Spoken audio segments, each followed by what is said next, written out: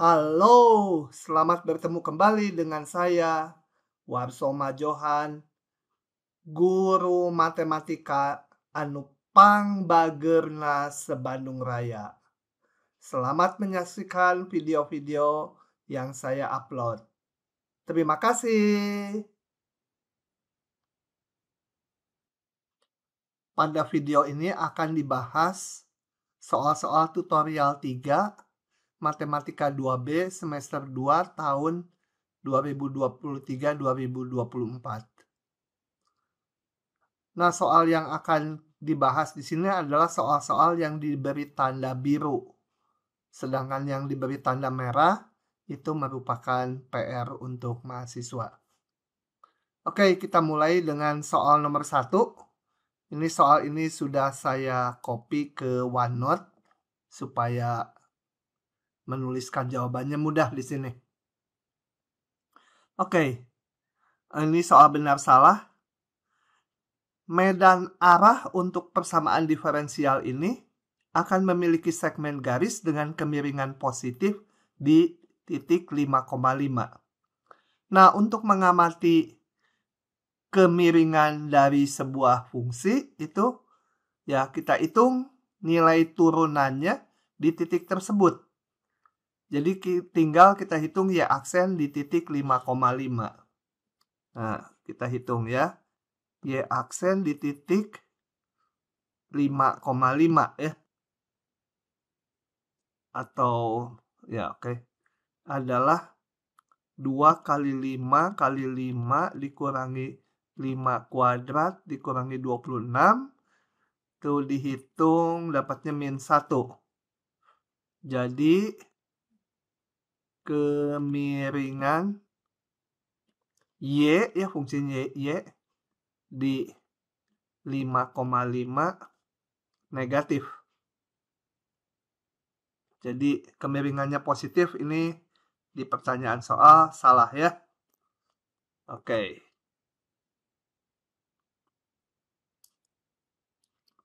Soal yang B.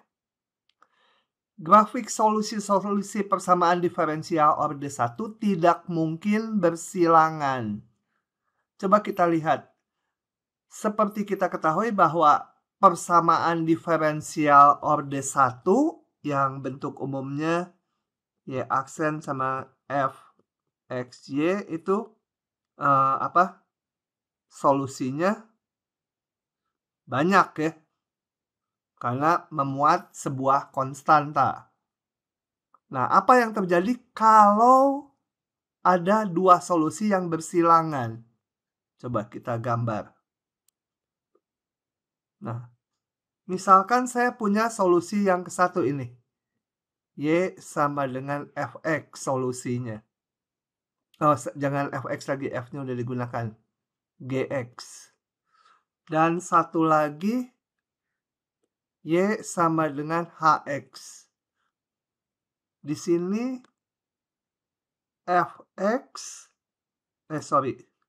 Gx dan Hx solusi Y aksen sama Fxy. Kemudian keduanya berpotongan di titik, katakanlah ini X-nya A, Y-nya B ya. Di titik A, B.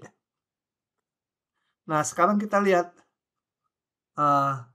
masalah nilai awal ini. Perhatikan masalah nilai awal Y aksen sama dengan Fxy, persamaan diferensial semula, dilengkapi dengan syarat awal YA sama dengan B. Nah, kita ketahui bahwa masalah nilai awal ini solusinya harus tunggal. Solusinya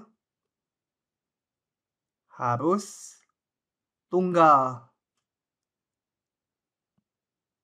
Jadi, tidak mungkin ada dua solusi yang memenuhi ini. Ini kita lihat. Y sama Gx, solusi dari ini. Y sama HX solusi dari ini juga. Syarat awalnya ini 1. Padahal masalah nilai awal solusinya harus tunggal. Kalau gini solusinya ada 2 yang melalui titik A, B. Nah, ini tidak mungkin. Jadi, tidak mungkin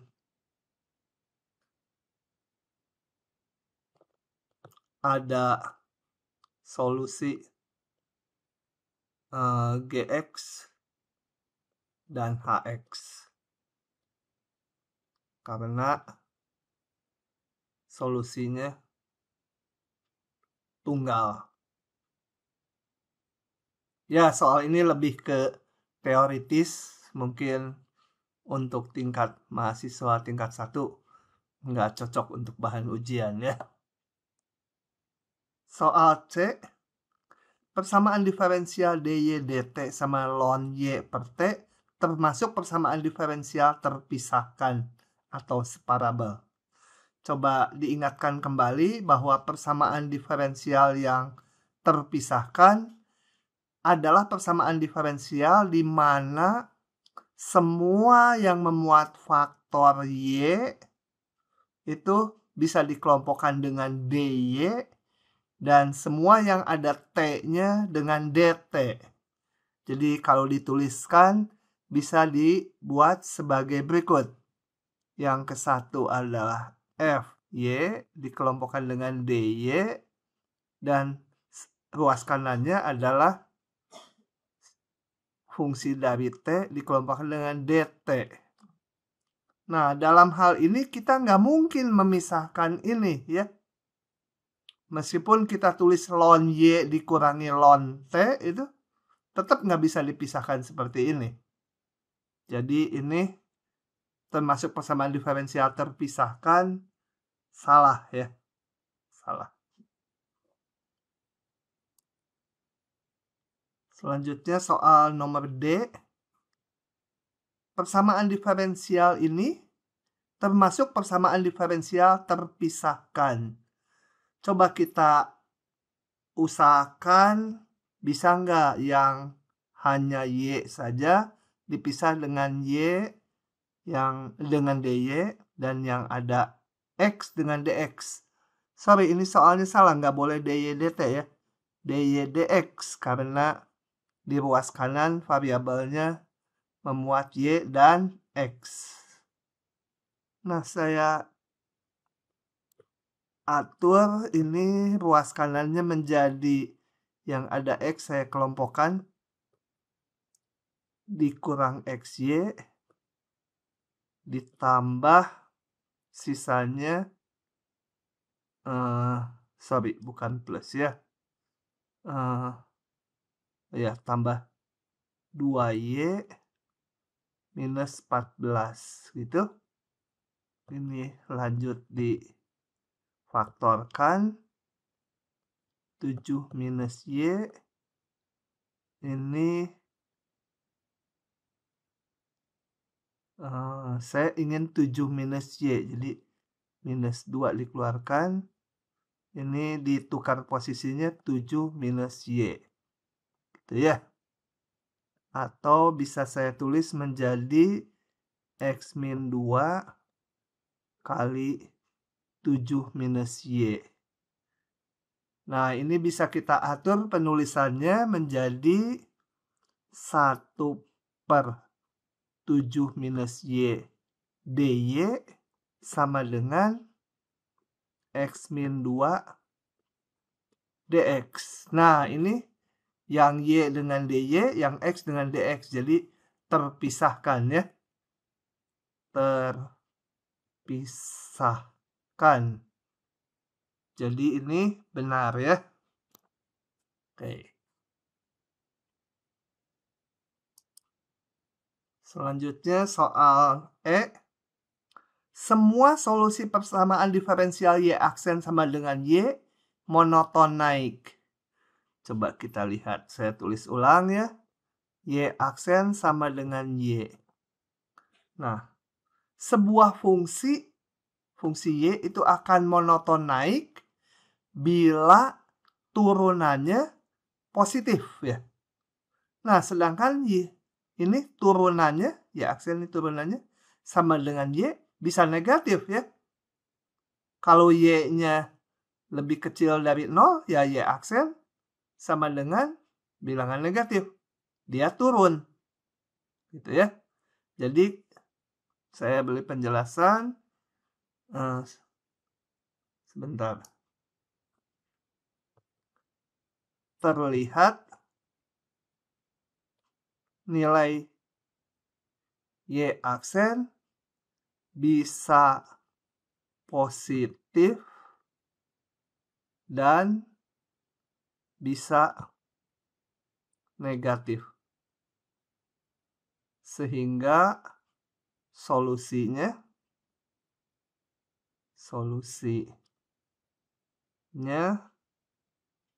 bisa monoton naik dan bisa turun ya. Jadi selalu monoton naik ini jawabannya salah. Soal berikutnya, jika PY adalah polinom kubik, polinom derajat 3, maka DY DT sama dengan PY mempunyai solusi kesetimbangan. Coba kita lihat. Kalau PY polinom kubik berarti DY DT itu bentuknya adalah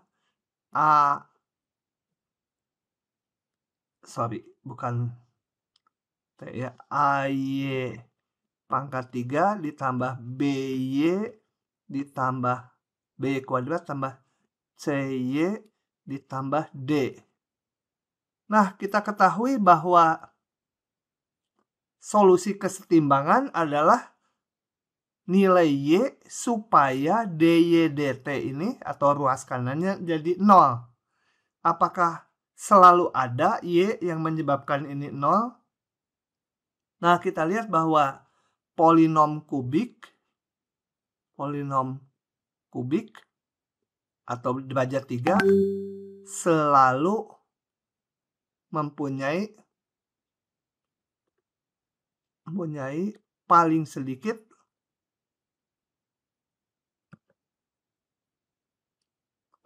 satu akar. Jadi DY DT ini kalau mempunyai akar artinya ini pernah 0 minimal di satu titik. Mungkin lebih gitu ya. Jadi DY DT pernah 0. Sehingga Y memiliki solusi kesetimbangan. Oke ya, bisa lebih dari 1 ya.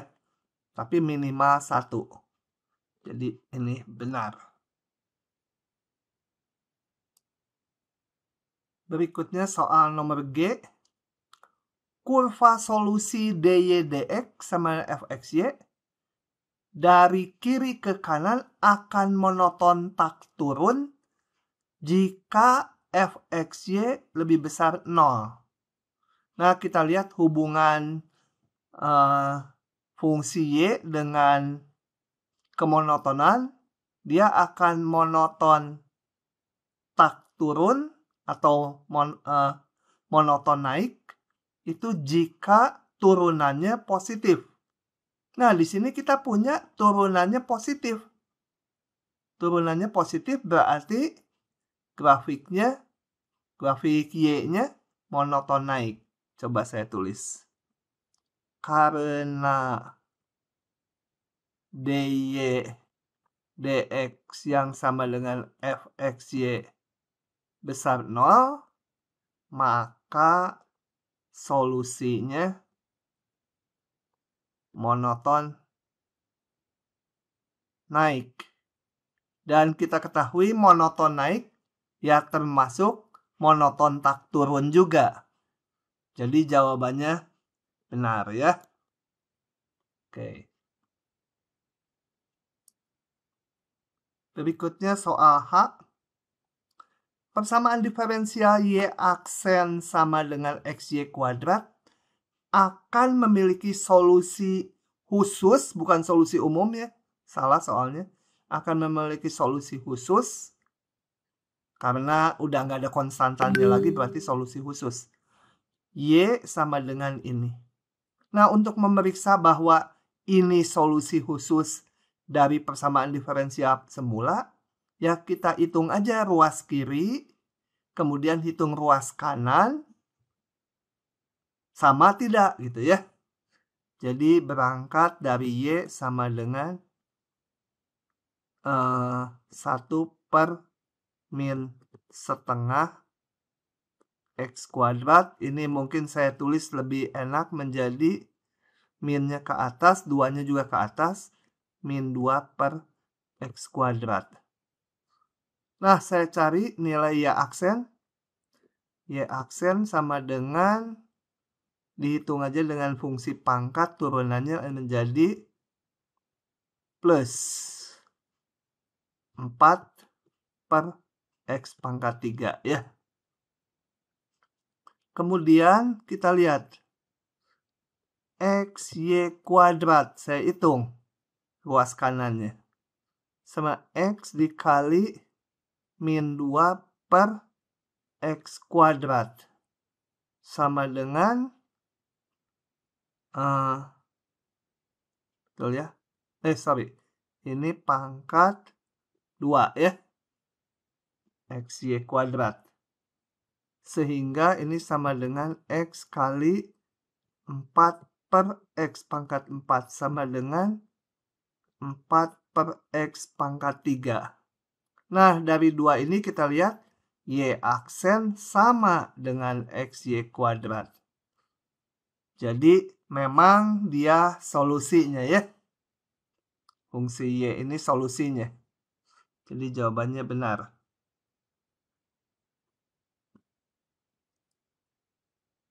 Berikutnya soal yang J.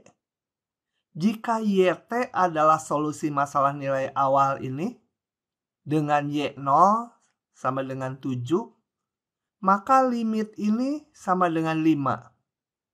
Nah, idenya bagaimana? Nah, untuk mengamati perilaku solusinya, itu bisa kita gunakan konsep nilai kesetimbangan dan kestabilan. Coba kita lihat ya. Nilai kesetimbangannya. Nilai kesetimbangan.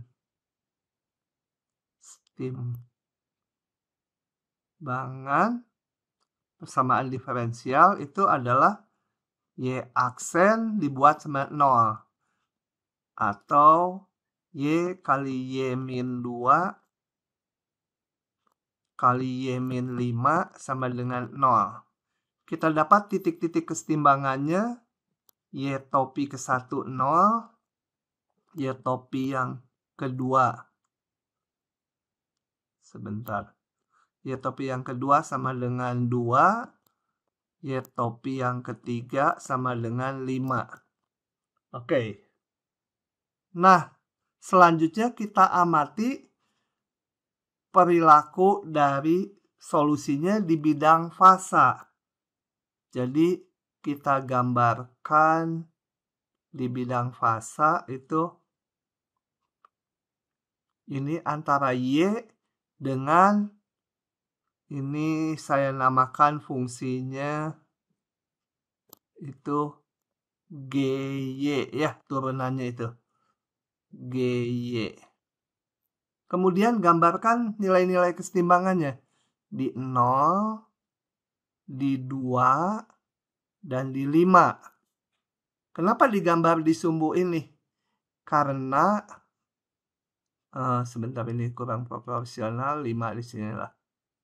5. Nah, kenapa digambar di sini? Karena ini adalah nilai-nilai Y di mana GY-nya atau turunannya tadi bernilai 0. Itu ya, saat Y-nya 2, GY-nya 0. Saat Y-nya 5, GY-nya 0. Kemudian kita gambar grafik ini. Ini polinom derajat 3. Nah, cara gampang menggambarnya itu kita lihat kalau Y-nya besar sekali, di kanan 5, Y-nya di kanan 5, ambillah katakan Y-nya 100, bayangkan. Kalau Y-nya di kanan 5, itu maka ini positif, ini positif, ini positif. Jadi di kanan 5 nilai GY positif. Jadi katakanlah di sinilah ya, kita nggak tahu. Sorry, saya ganti warna. Grafiknya warna biru. Di sini positif. Ini di titik ini. Harus melalui titik ini. Jadi grafiknya pasti dia akan turun ke sini.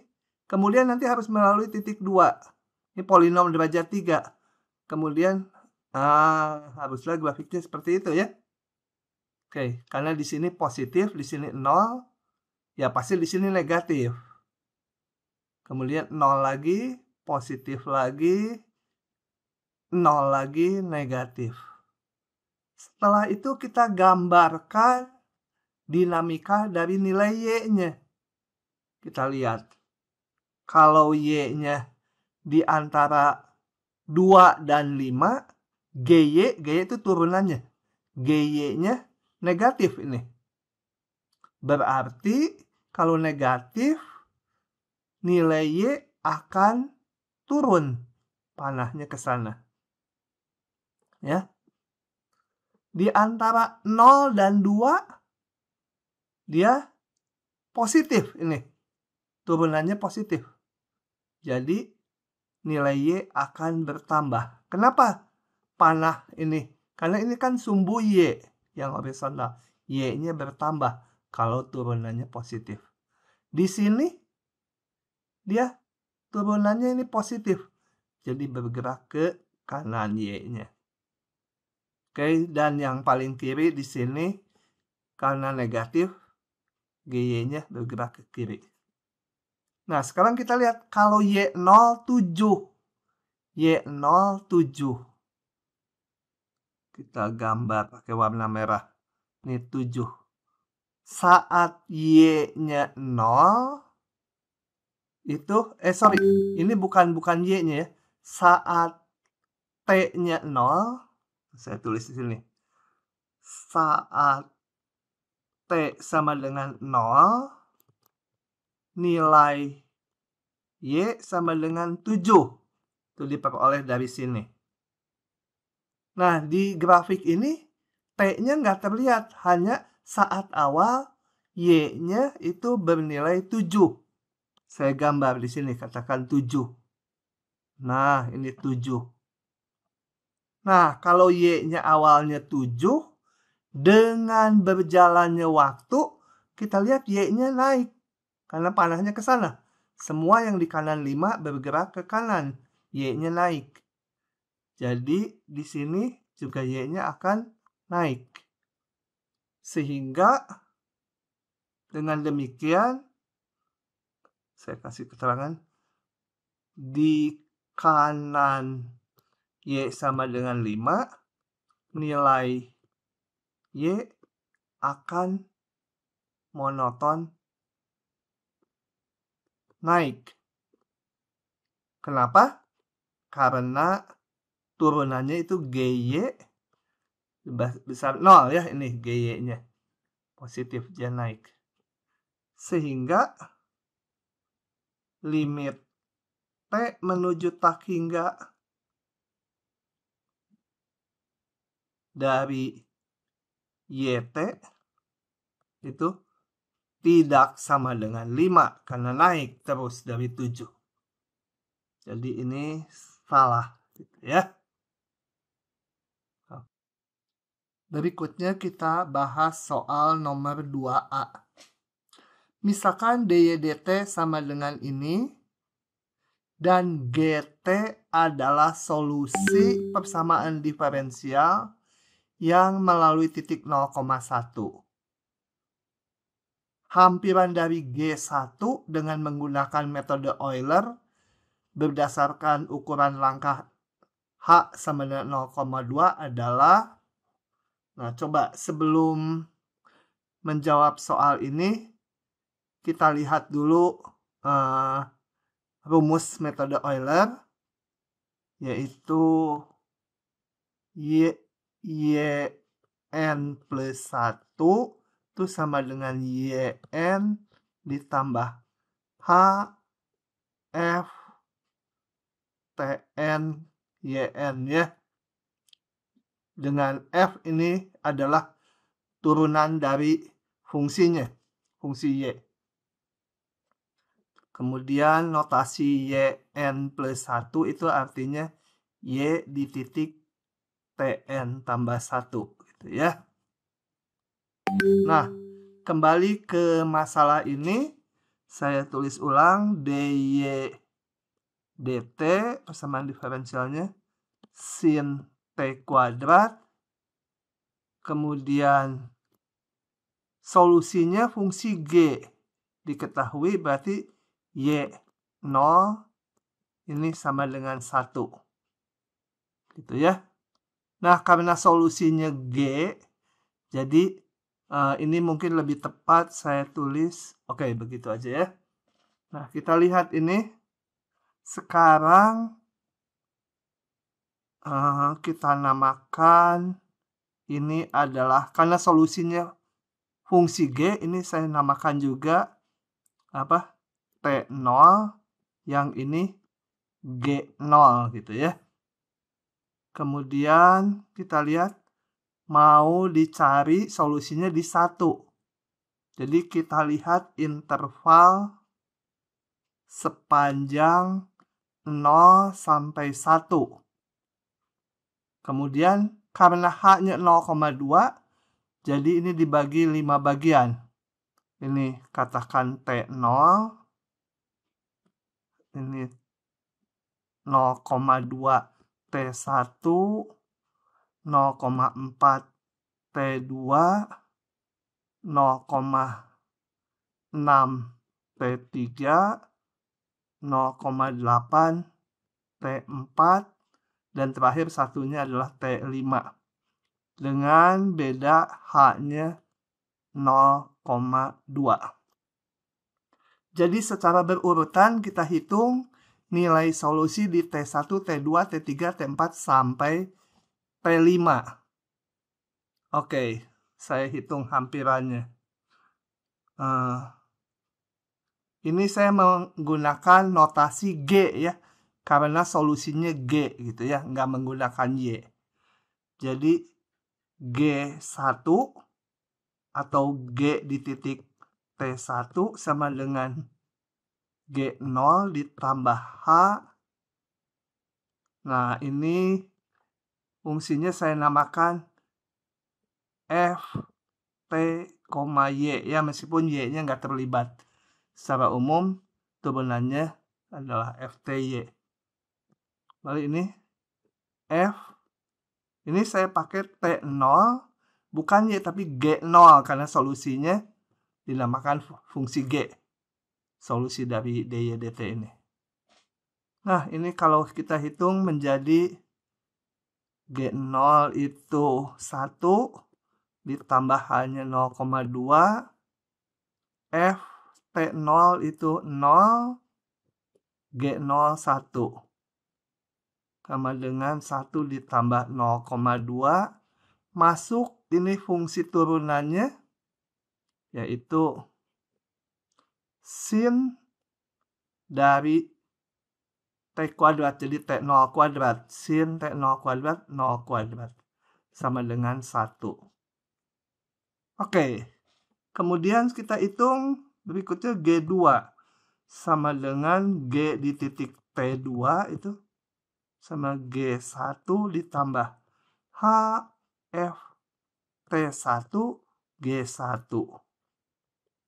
G1 udah kita hitung 1 ditambah hanya 0,2, F, T1-nya, ini T1-nya 0,2,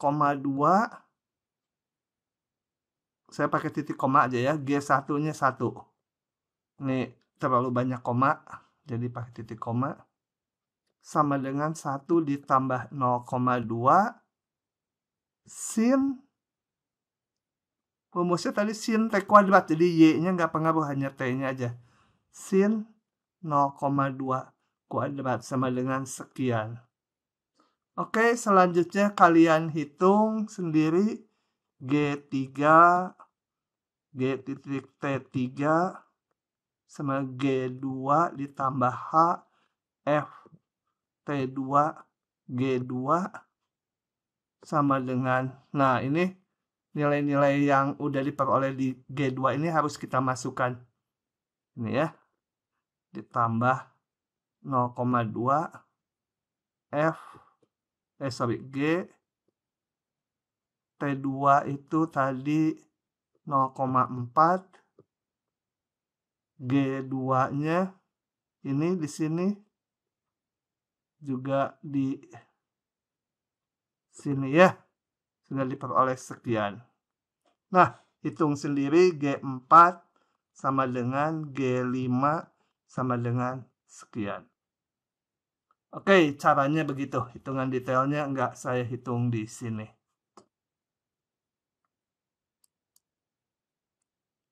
Selanjutnya saya bahas soal nomor 2B. Dengan menggunakan metode Euler dengan H sekian 0,2 diperoleh hampiran ini sama dengan sekian. Nah, pada soal ini kita belum diberikan persamaan diferensialnya ya. Sedangkan metode Euler itu kan hampiran untuk persamaan diferensial. Jadi kita harus membentuk dulu persamaan diferensialnya. Juga syarat awalnya. Nah, untuk itu soal ini ada sedikit perlu ide ya. Yaitu kita lihat dulu ini fungsi ini. Sebut atau bentuk f(x)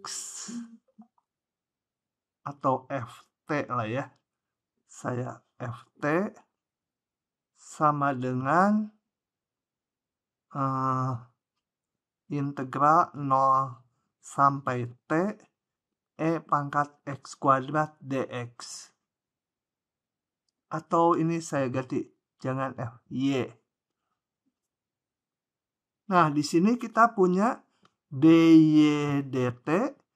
Jadi kalau kita turunkan, ini menggunakan teorema dasar kalkulus yang udah dikenal di semester lalu, tinggal diganti x-nya dengan t.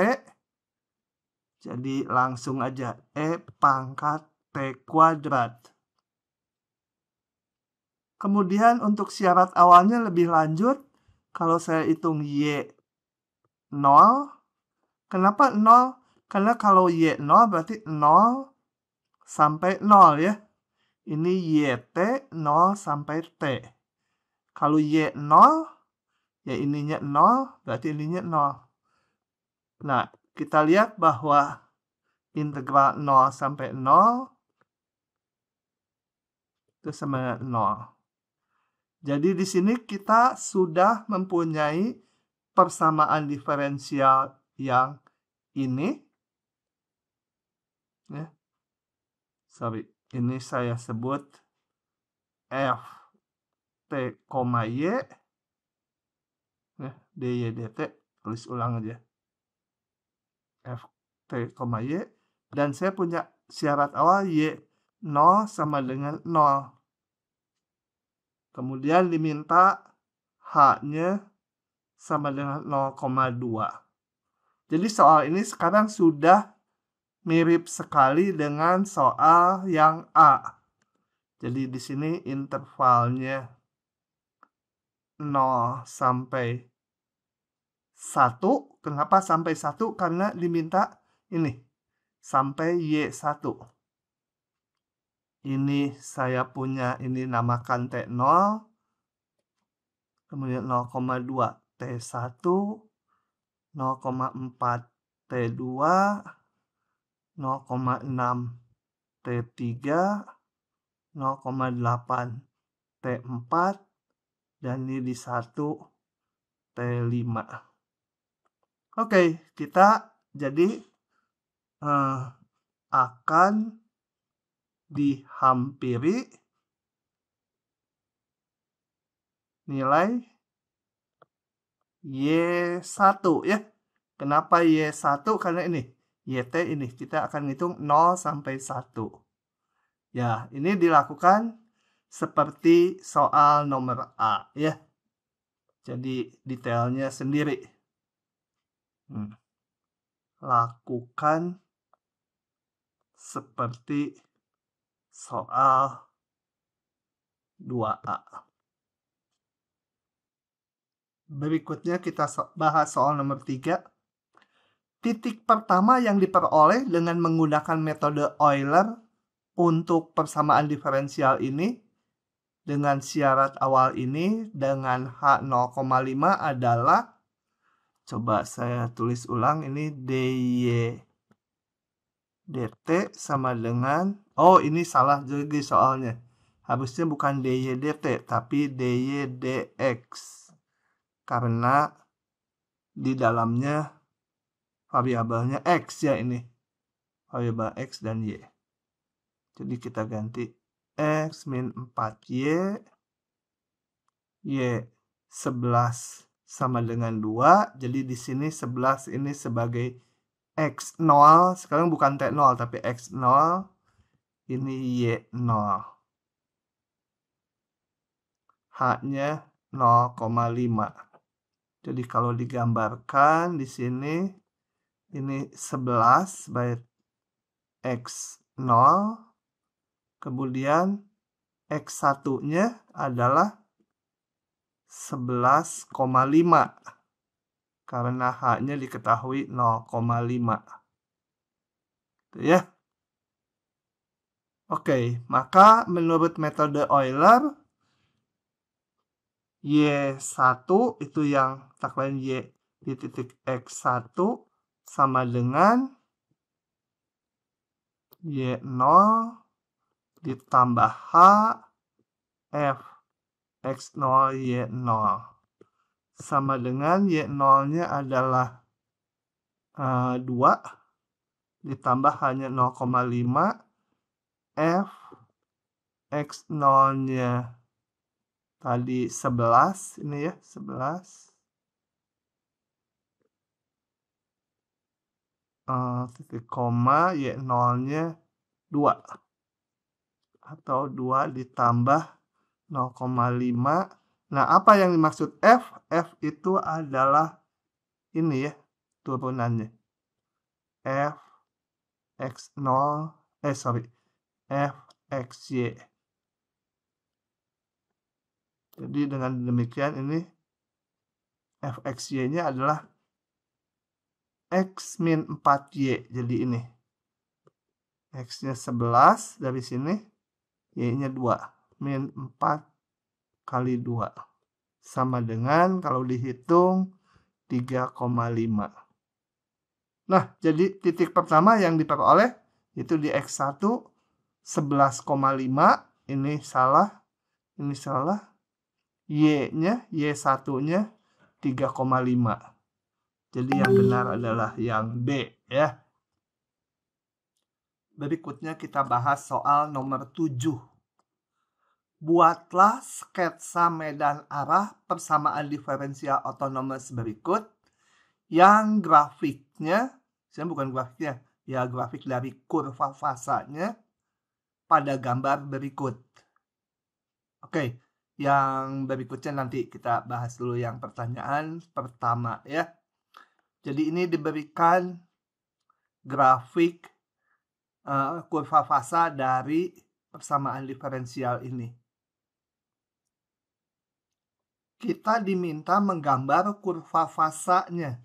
Berarti saya harus menggambar di dalam koordinat sumbu horizontalnya variabel bebasnya, yaitu T, dan vertikalnya adalah Y, atau solusi persamaan diferensialnya.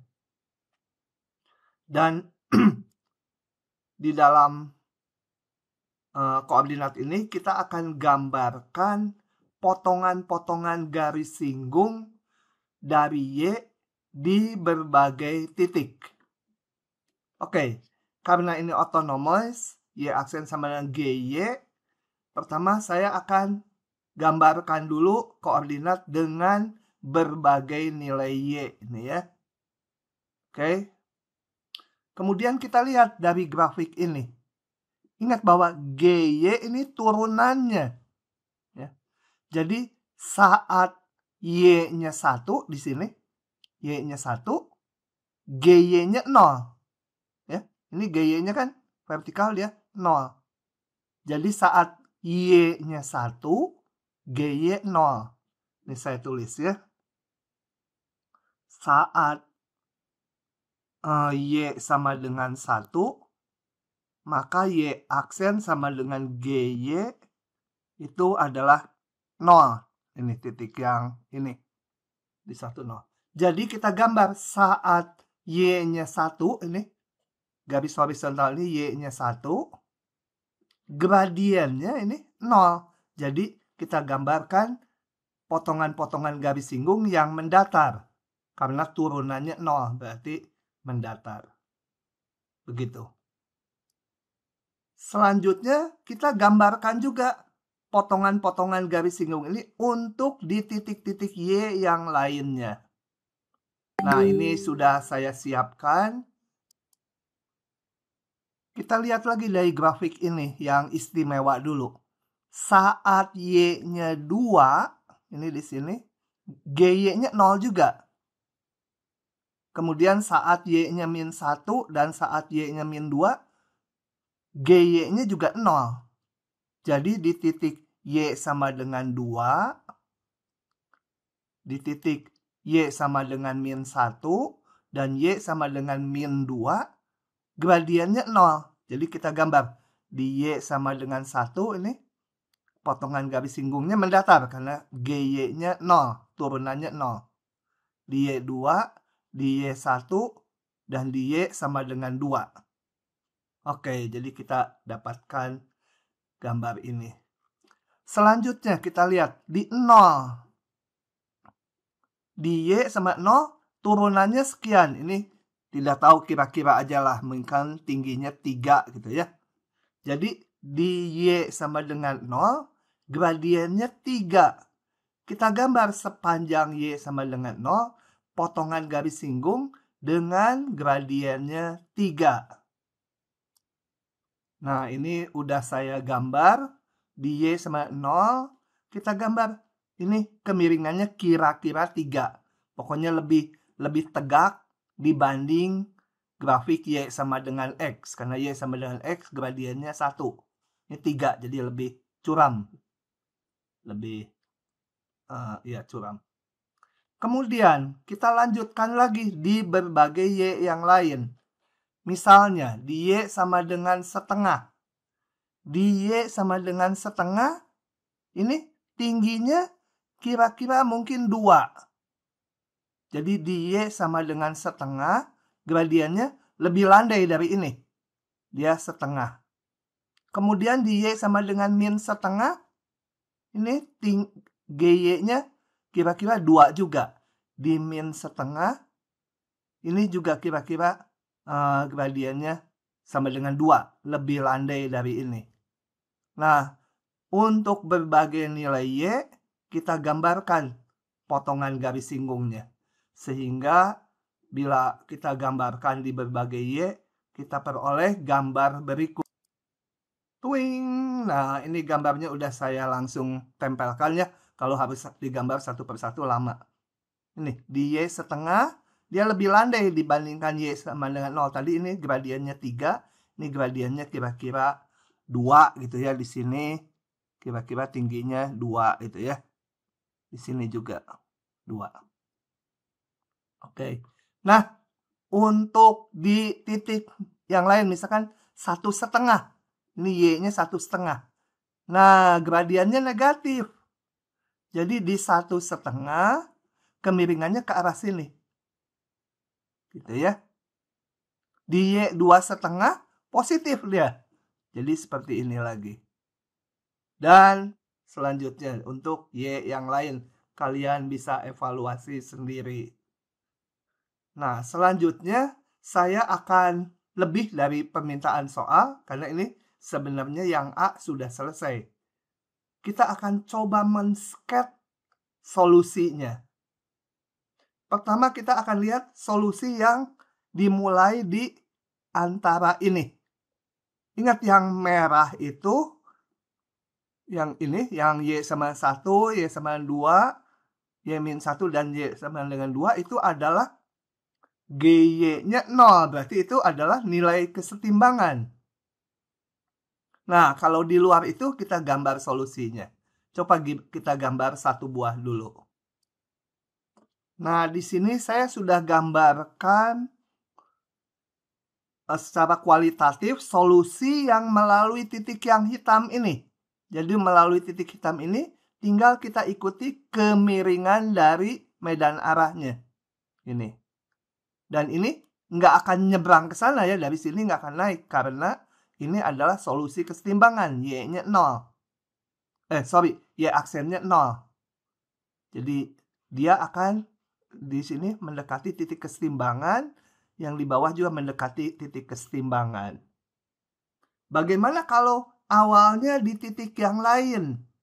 Nah, untuk berbagai solusinya yang dimulai di titik yang lain, kita gambarkan sebagai berikut. Nah, kurva solusi contohnya yang dimulai di sini misalkan. Waktu T. Ya, syarat awalnya di sini. Maka kita ikuti kemiringan garis singgungnya dan ini akan mendekati nilai kesetimbangan yang Y sama dengan 2. Ke kanannya akan mendekati nilai kesetimbangan Y sama dengan 1. Demikian juga yang ini sama ya. Nah, dengan demikian kita bisa menggambarkan solusinya secara kualitatif. Kemudian ada pertanyaan. Bagaimana pengaruh nilai Y0 pada kelakuan solusi ketika T menuju tak hingga? Coba kita lihat. Kalau Y0-nya dimulai di titik ini. Yang saya gambar ini ya. Di titik ini. Kalau Y0-nya tingginya sekian. Maka dengan berjalannya waktu, solusi akan konvergen ke Y sama dengan 1. Gitu ya. Kalau dia mulainya di sini, Y0-nya di atas, di sini. Dengan berjalannya waktu, maka solusi akan menuju ke tak hingga, karena ini naik terus. Kalau sekarang syarat waktu T-nya 0 dimulainya di sini. Nah, maka solusinya akan seperti ini. Jadi, kalau T mendekati tak hingga, maka T mendekati tak hingga itu ke kanan, dia akan asimtot ke Y sama dengan 1. Oke, yang bawah kalian bisa evaluasi sendiri. Nah, selain menjawab yang B dengan melihat kurva solusi, dengan berbagai syarat awal, bisa juga kita lihat dari konsep kesetimbangan dan kestabilan sebagai berikut. Nah, untuk mengamati perilaku solusi dengan berbagai syarat Y0, saya gambar kembali ini kurva fasanya. Dari sini kita sudah mempelajari kalau GY-nya positif, itu turunannya positif, maka Y-nya akan naik. Gitu, kita gambar panah ke kanan ya. Kalau di antara 1, 2 Y-nya, nah GY-nya turunannya negatif. Jadi Y-nya akan menurun. Oke, ini di sini positif lagi, ini juga positif. Ini negatif akan turun Y-nya. Dikirimin 2 positif akan seperti itu. Dengan demikian kita bisa simpulkan bila Y0 saat 0 ya, itu sama dengan A gitu ya. Nah, kondisinya bila di A-nya lebih besar 2, maka YT jadi ini Y-nya besar 2 ada di sini, maka Y-nya akan membesar terus. Ini akan menuju tak hingga. Bila di antara 1 dan 2, maka YT-nya menuju di antara 1 dan 2 menuju 1 ya. Menuju 1. Bila A-nya di antara min 1 A dan ini 1, maka di antara ini dia Y-nya akan konvergen ke 1.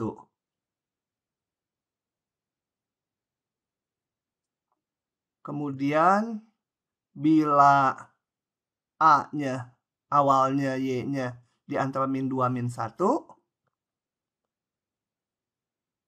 min 2 A-nya min 1, maka YT konvergen ke min 2 ya, ini panahnya ke sini. Ke min 2. Kemudian bila A-nya lebih kecil dari min 2, ini dia positif bergerak ke kanan, konvergen ke nilai kesetimbangan min 2. Maka YT konvergen ke min 2. Nah, itu adalah jawaban bagian yang B. Bergantung nilai awal dari Y0-nya. Berikutnya kita bahas soal nomor 13. Lakukan substitusi ini untuk mencari solusi dari persamaan diferensial berikut. Nah, kita lihat bahwa persamaan diferensial ini bukan persamaan diferensial yang separabel atau terpisahkan. Kita nggak mungkin mengelompokkan dy dengan y saja dan dx dengan x saja. Itu nggak mungkin di sini. Nanti dengan substitusi ini, kita akan mengubah persamaan diferensial ini menjadi v terhadap x saja ya. Jadi hanya melibatkan v aksen dan x saja, y-nya hilang. Dan itu akan menjadi persamaan diferensial yang separabel. Coba kita lihat ya. Pertama, saya lakukan substitusi v sama dengan y per x. Nah, dari sini, atau sebentar, saya tulis v sama dengan y kali 1/x supaya lebih jelas. Selanjutnya kita hitung v aksen. V aksen sama dengan turunkan ke x. Jadi v aksen ini yang dimaksud dv dx sama dengan ini sebagai perkalian. Y diturunkan menjadi y aksen kali ini tetap ditambah y-nya tetap kali turunan 1/x min 1/x kuadrat gitu ya. Atau kalau saya sederhanakan menjadi y aksen kali 1/x min y kali 1/x kuadrat. Oke, dari bentuk yang ini saya susun, saya kalikan dengan x kuadrat. X kuadrat v aksen sama dengan y aksen x min y gitu ya. Oke.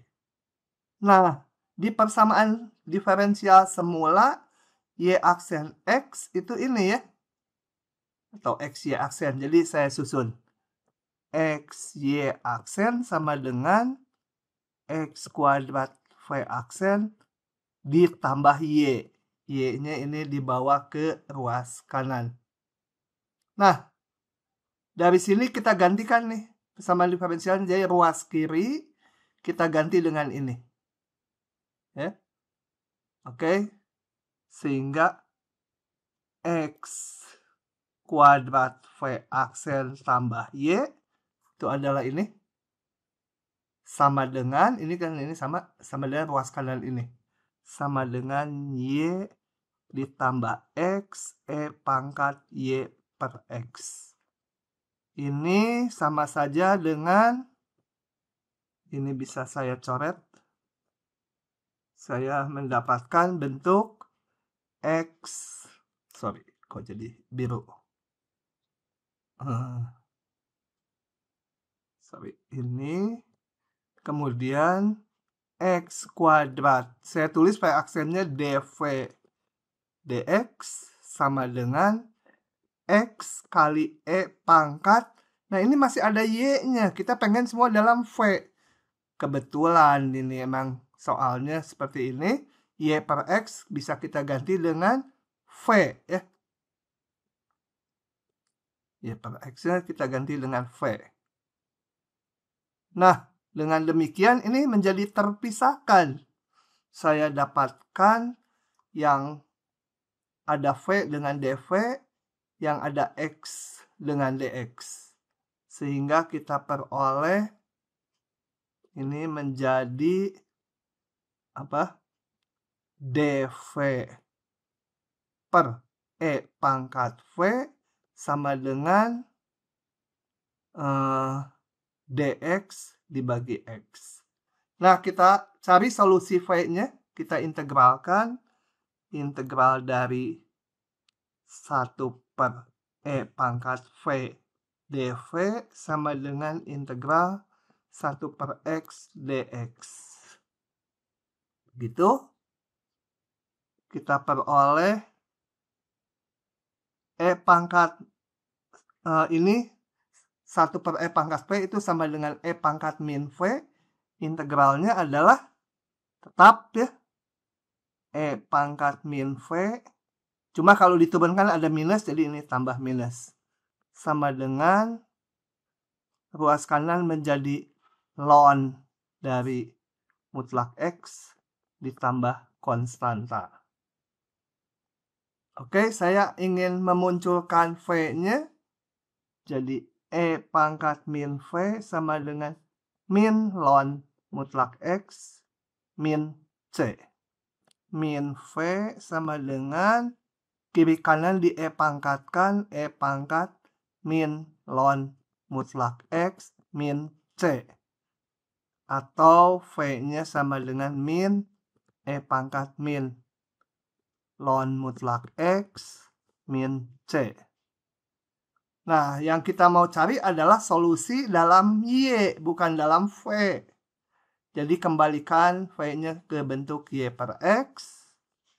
Y per X sama dengan min E pangkat min ln mutlak X min C. Atau Y sama dengan min X E pangkat min ln mutlak X min C. Nah, ini adalah solusi persamaan diferensial semula. Nah, selanjutnya kita bahas soal nomor 14. Persamaan integral adalah persamaan yang mengandung fungsi yang tak diketahui Y dan sebuah integral yang melibatkan Y. Seperti ini. Y ini sama dengan integralnya sendiri memuat Y. Nah, ini nggak bisa kita cari antiturunannya ya. Coba kita lihat lagi kalimatnya. Selesaikan persamaan integral ini dengan menggunakan kondisi awal yang dapat diperoleh dari persamaannya. Nah, untuk menyelesaikannya, karena kita nggak bisa ngitung integralnya, memuat Y sendiri, kita buat persamaan diferensialnya. Jadi ini kita turunkan ruas kiri dan kanan. Ruas kiri menjadi ini. Ruas kanannya 2 diturunkan 0.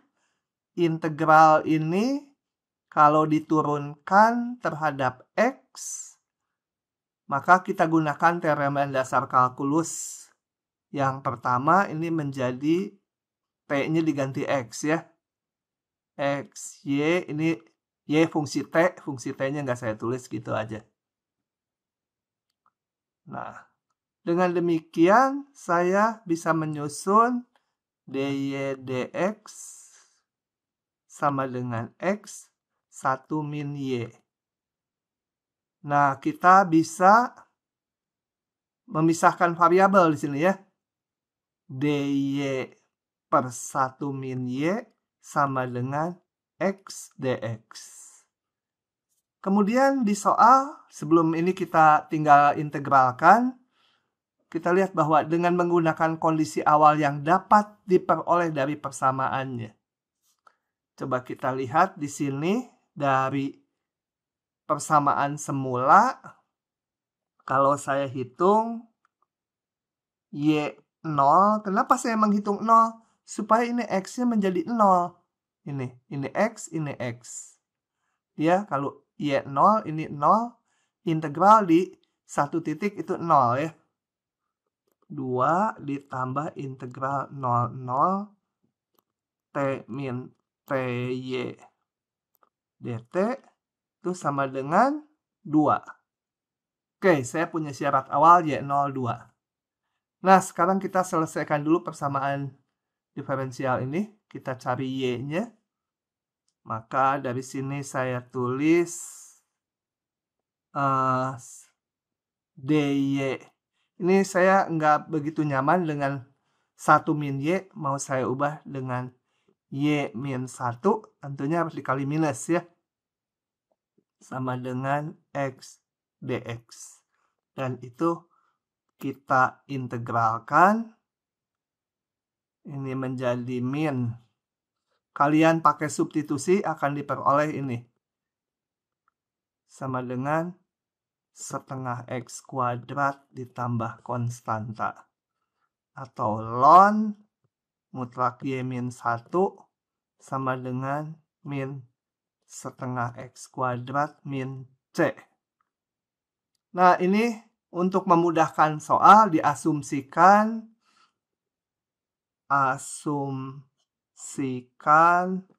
Y-nya selalu besar dari 1 ya. Sehingga kalau lebih besar 1 yang di dalam mutlak selalu positif, saya bisa tulis tanpa mutlak. Min setengah X kuadrat min C. Di E pangkatkan kiri kanan, diperoleh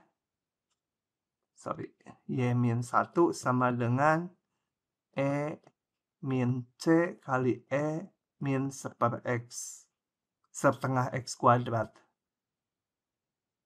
Ya. Oke, ini saya tukar posisi C-nya. Nah, E pangkat min C kita peroleh dari syarat awal nih, Y02. Y0 sama dengan 2, sehingga substitusikan X-nya 0, Y-nya 2. E min C kali E pangkat min setengah kali 0 kuadrat sama dengan E min C. Jadi mungkin jangan seperti ini. Tulis ulang. Ruas kiri jadi 1 sama dengan E min C. Sehingga solusi masalah di atas Y sama dengan atau Y min 1 sama dengan, jadi ini kita substitusikan ke sini. Ini saya tulis ulang. Y min 1 sama dengan E pangkat min setengah X kuadrat atau Y sama dengan 1 ditambah E pangkat min setengah X kuadrat. Nah, berikutnya kita lihat soal nomor terakhir, yaitu nomor 17. Mixing problems atau masalah pengadukan muncul dalam berbagai bidang sains.